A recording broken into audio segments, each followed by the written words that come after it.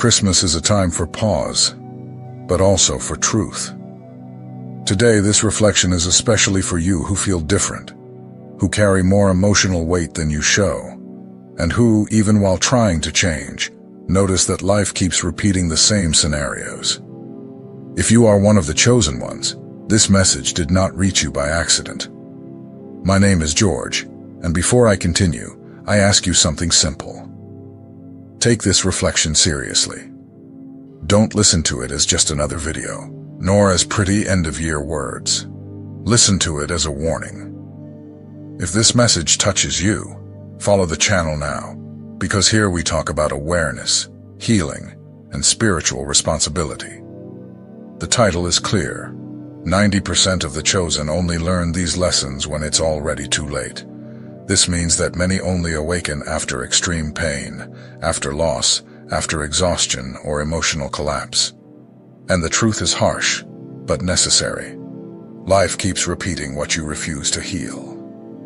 How many times have you promised it would be different? How many times have you said, "Now I've learned," but went back to the same pattern, the same people, the same choices? This is not weakness. It is lack of awareness. And the time has come to stop making the same mistakes while expecting different results. This reflection is a direct invitation. Enough of postponing what your soul is asking for. Enough of ignoring signs. Enough of romanticizing pain as if it were a required part of the journey. If you are a chosen one, it's time to grow, to heal, and to take your own responsibility. Stay until the end. This message can change the course of your next year. 1. The invisible cycle that insists on returning. If you are one of the chosen, there is a truth that must be spoken clearly. The feeling of repetition in your life is not coincidence, nor bad luck, nor an external attack. It is a conscious cycle that exists to teach you something that has not yet been integrated. Life changes the scenarios, but keeps the essence of the experience until you learn what needs to be learned. You may notice this in relationships, where different people awaken exactly the same emotions. At first, everything seems promising, but over time, the same conflicts arise, the same frustrations, the same feeling of not being seen or respected. The same happens at work, where different environments end up demanding the same excess, the same unrecognized effort, the same emotional overload. This happens because life doesn't respond to what you want, but to what you vibrate and tolerate. As long as there is an open wound inside you, life will create external situations that touch exactly that point. Not to hurt you, but to show you where the blockage is. The chosen feel this more intensely, because they were not born to live on autopilot. Many believe that changing cities, jobs, or relationships solves the problem. It doesn't. If your internal posture remains the same, the pattern repeats. Life only changes the characters, but keeps the lesson. And the more you ignore it, the more the cycle intensifies. Not as punishment, but as insistence. There is a false spiritual idea that enduring more pain is part of the chosen one's mission. This is a dangerous mistake. Repeated pain is not a sign of evolution. It's a sign of resistance. Life doesn't want you to endure more. It wants you to awaken. It wants you to stop normalizing what hurts you and calling survival a lesson. Christmas is a time when this cycle becomes more visible. The silence, the family gatherings, and the forced pause expose everything that was swept under the rug during the year. Old emotions return, discomforts reappear, and that feeling of emptiness or not belonging intensifies. This is not weakness, it's awareness knocking at the door. If you feel like you're trying to move forward but something is always pulling you back, don't ignore that sign. There is something that needs to be seen, felt, and healed. Until that happens, life will continue repeating the same situations. When the lesson is truly learned, the cycle ends on its own. No effort, no struggle. It just no longer makes sense to continue. 2. When you abandon yourself, the world learns to do the same. One of the hardest lessons for the chosen is realizing that much of the pain they experience doesn't come only from others, but from how they treat themselves. There is a common pattern among sensitive and awakened people. They give too much, listen too much, understand too much, and demand too little. At first, this seems like a virtue. Over time, it becomes exhaustion. You start by helping, giving in, adapting. You do it to keep the peace, to avoid conflict, to not lose people. Slowly, your needs are pushed to the background. You convince yourself you'll take care of yourself later. That later almost never comes. The result is emotional fatigue, resentment, and the feeling of being invisible. Then comes the question, why don't people respect me? The answer is simple, but uncomfortable, because you are not respecting yourself. People learn how to treat you by watching how you treat yourself. When you ignore your limits, the world understands it can ignore them too. This doesn't happen out of conscious malice, but by mirroring. Self-abandonment happens in small daily choices. When you say yes, wanting to say no. When you accept emotional crumbs just to avoid being alone. When you stay silent to avoid being seen as difficult. When you tolerate disrespect and call it maturity. Little by little, you disappear from yourself. Many chosen confuse love with constant sacrifice. They believe that loving means self-denial, giving until it hurts, enduring everything. But that's not love. It's fear of rejection disguised as kindness. True love does not require you to lose yourself. Life responds by creating situations where you feel used, forgotten, or devalued. Not to hurt you, but to show you that something needs to change. If you don't choose yourself, no one learns to choose you. And as long as this pattern continues, it will repeat. Christmas often exposes this. You find yourself once again erasing yourself to maintain family harmony, tolerating comments, behaviors, and situations that hurt you. Then comes the emptiness, the heaviness, and the sense of being distant from yourself. Respecting yourself is not selfishness, it is spiritual responsibility. The chosen one who does not choose themselves teaches the world not to choose them. When you change that, life changes with you. 3.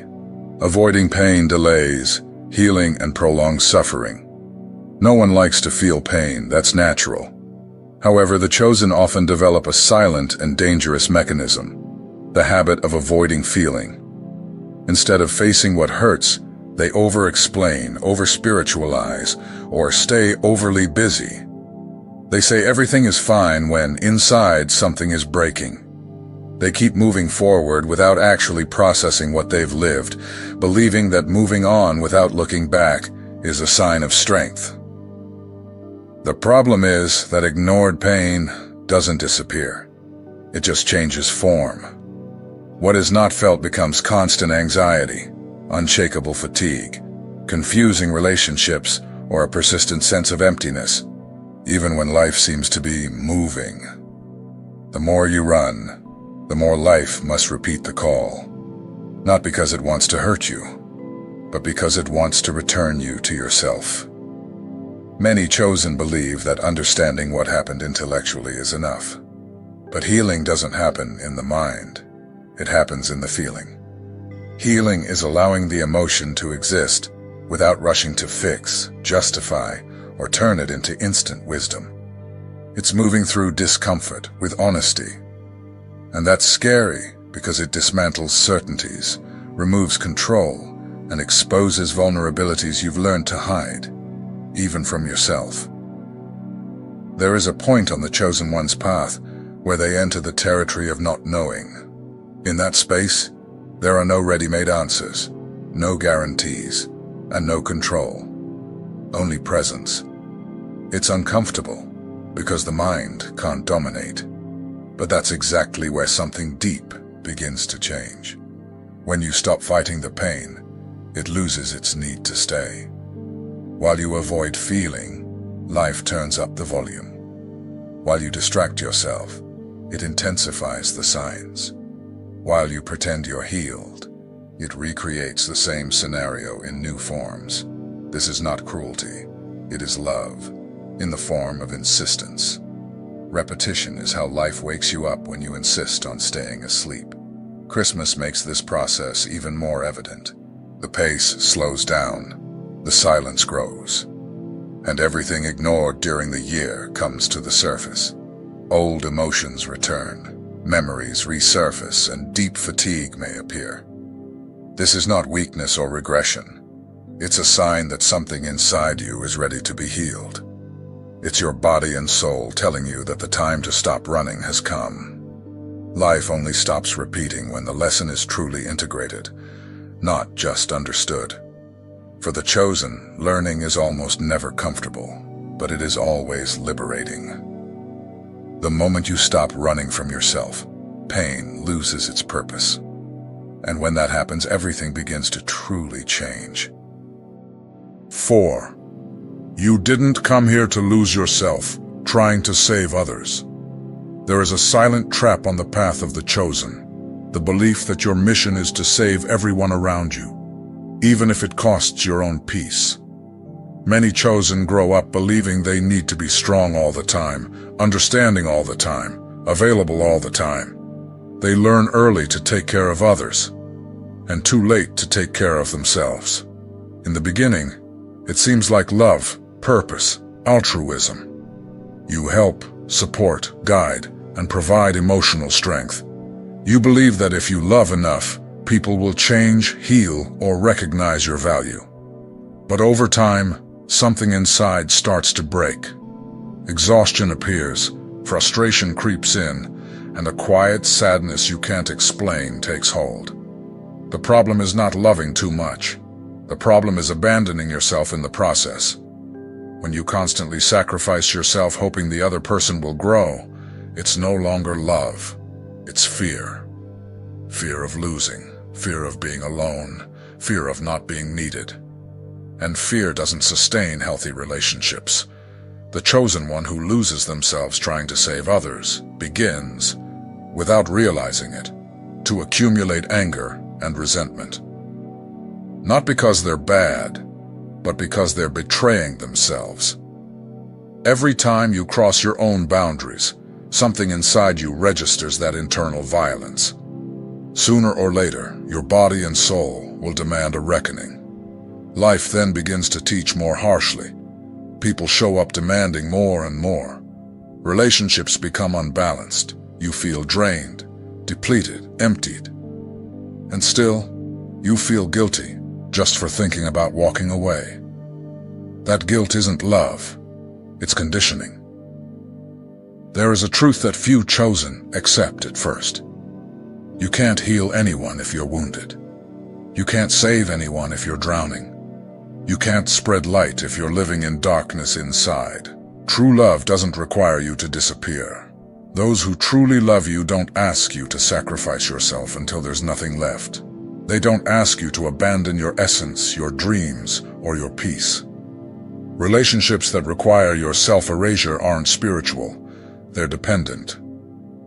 Christmas brings this lesson strongly because it's a time when many chosen find themselves again carrying weights that aren't theirs.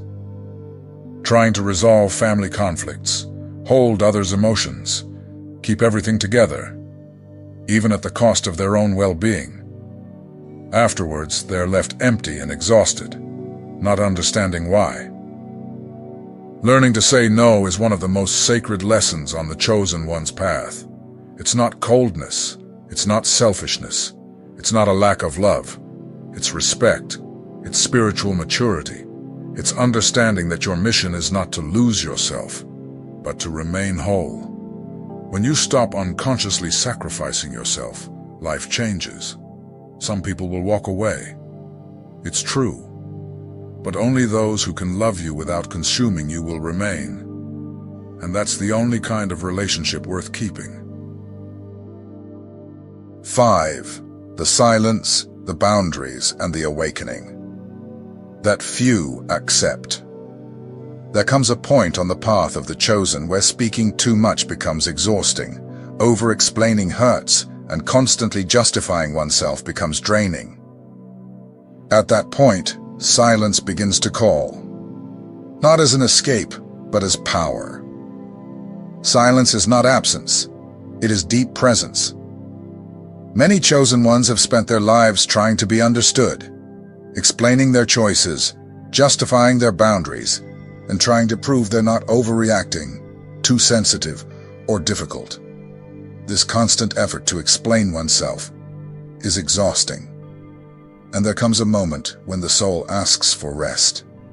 Silence arises when you understand that not everyone needs to understand you, that not every truth needs to be spoken, that not every reaction deserves a response. This is a spiritual maturity that few reach because it requires detachment from external approval. Silence also teaches boundaries. When you stop reacting to everything, life begins to reorganize itself. People who only fed off your energy drift away. Situations that depended on your emotional response lose power. What remains is what is true. Many confuse silence with weakness. In fact, it's the opposite. To remain silent when you once would have reacted is a sign of inner strength. It is emotional mastery. It is knowing that your energy is too precious to be wasted on unnecessary conflict. Christmas often reveals this clearly. Old conversations, subtle provocations, and repetitive family dynamics appear again. The mature chosen one realizes they no longer need to enter every game. Sometimes the most powerful response is no response at all. There is a deep healing that happens in silence. When you stop explaining, defending, and justifying, something inside you relaxes. The mind slows down, the body rests, and the soul finds space to reorganize. It is in that space that intuition strengthens. Silence also brings you closer to the heart. When the mind stops dominating, the feeling takes over. You begin to perceive energies, intentions, and truths that words do not reveal.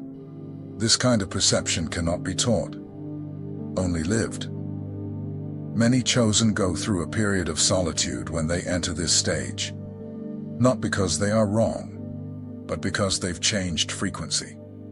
Shallow conversations become tiresome, noisy environments become uncomfortable, and empty relationships lose meaning. This is part of the process. Silence does not distance you from life. It brings you closer to yourself. It teaches you to listen to what truly matters. It protects you from unnecessary wear and tear and prepares you for a new level of consciousness. When you learn to honor silence, you also learn to honor your own energy. And life responds with more clarity, more peace, and less repetition. Because those who truly listen to themselves don't need life to scream. 6. When life forces you to slow down, it's because you ignored the warnings. The chosen rarely stop by their own will. They keep going even when tired, even when hurt, even when confused. They believe that resting is wasting time, that pausing is a setback, and that feeling too much is weakness. That's why life often needs to intervene more intensely, so that slowing down happens. Before the collapse, there are always warnings. The body begins to send signals. The mind becomes heavy. Motivation disappears. Small forgetfulness, constant irritation, difficulty sleeping, a feeling of emptiness, even while being busy. None of this appears out of nowhere. These are alerts that something is being pushed past its limit. The problem is that many chosen ignore these signs. They spiritualize exhaustion, rationalize burnout, and continue functioning on autopilot. They tell themselves it's just a phase, that it'll get better later, that they need to hold on a little longer. That little longer often comes at a high cost. When the warnings aren't heard, Life slows you down by force. It can come through a loss, an unexpected breakup, an emotional crisis, or a physical problem. Not because life is cruel, but because you've crossed your own limits for too long. Slowing down is not failure, it's realignment. But for the chosen who have built their identity around being strong, available, and productive, stopping can feel frightening. Guilt for resting arises, fear of losing their place, the sense of letting everyone down. That guilt must be observed. It reveals how much you've learned to value yourself only for what you give to others. When you're not producing, not helping, or not holding everything together, you feel like you're not worth as much. That's a deep pattern that needs to be broken. Life slows you down so you can hear what's been muffled by the noise of routine. Old emotions, postponed decisions, ignored truths. When everything stops, there are no more distractions strong enough to avoid facing yourself. Christmas tends to amplify this process. The year slows down, obligations decrease, and silence increases. It is in this space that many chosen feel a deep, almost inexplicable tiredness. It's not laziness, it's the body and soul asking for rest and reorganization. Learning to respect your limits is one of the most important lessons on the path of the chosen. You don't need to hit the extreme to allow yourself to stop. The sooner you listen to the signs, the gentler the lesson needs to be. Slowing down consciously is an act of wisdom. It is recognizing that your energy is not infinite and that your mission does not demand self-destruction. When you honor your limits, life doesn't need to stop you by force. 7. Real awakening begins when you take full responsibility. There comes a point on the path of the chosen when it's no longer possible to blame the past, other people, or circumstances. That point marks the beginning of the real awakening. Not the romantic one, full of pretty phrases, but the awakening that demands full responsibility over your own life. As long as you believe everything happens because of others, you give away your power. As long as you wait for someone to change, apologize, or recognize something, you remain stuck. True awakening begins when you understand that, even though you didn't cause certain pains, you are the one who needs to heal them. This isn't about guilt. It's about power. Guilt paralyzes. Responsibility liberates. When you accept that you need to change your stance, your boundaries, and your choices, life starts to respond differently, because now you are no longer repeating on autopilot. Many chosen resist this stage because it demands leaving behind the role of the spiritual victim. It requires looking at yourself with honesty and recognizing patterns maintained out of fear, neediness, or a craving for approval. That hurts, but it matures. Real awakening also involves accepting that not everything needs to be understood rationally. Some experiences only ask for acceptance and integration. The more you try to control, the less it flows. The more you trust, the more clarity emerges. Taking responsibility doesn't mean overburdening yourself. On the contrary, it means stopping the self-punishment for what's already past and beginning to act differently in the present. It's understanding that you've always done the best you could with the level of consciousness you had. Think about this, chosen ones. Everything that has been said so far is not meant to generate fear, guilt, or spiritual burden. It's a calling, a clear invitation for you to stop, reflect, and choose differently. Christmas is not just a date on the calendar. It's a turning point. It's a moment when life lowers the noise so the truth can be heard. You've repeated patterns too many times. You've explained yourself too much. You've sacrificed yourself too much. You've ignored too many signs. And life has been patient, persistent, and clear. Every repeated cycle was an attempt to wake you up before it was too late. Because the truth is simple. The chosen one did not come to suffer eternally, but to learn, heal, and move forward.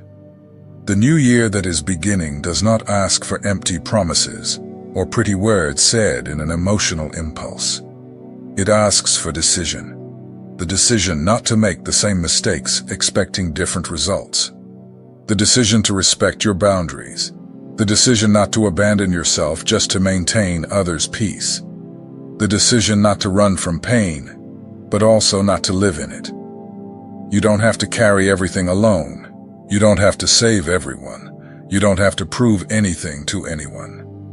What you need is to stop betraying yourself. Every time you choose yourself, a cycle ends. Every time you respect yourself, life responds. Every time you listen to your soul, the need for suffering decreases. May this Christmas mark the end of a phase in which the chosen ones only learned through extreme pain. May it mark the beginning of a more mature consciousness, where the signs are respected before they become storms, where exhaustion is heard before collapse, where discomfort is embraced before it becomes a prison. Do things differently in the coming year, not out of revolt, not out of pride, but out of self-love and spiritual responsibility. Observe your choices. Observe where you insist. Observe where you stay silent. Observe where you disappear. Change begins in those invisible details that no one sees, but life feels. My wish is simple and sincere. That next Christmas I can say that no chosen one of God is still making the same mistakes out of fear, neediness, or lack of awareness.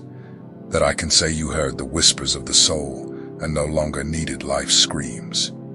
May this Christmas be a rest for the body, a relief for the mind, and an alignment for the soul. May you enter the new year more present, more whole, and more faithful to yourself. Because when the chosen one truly awakens, life no longer needs to repeat. It simply moves forward.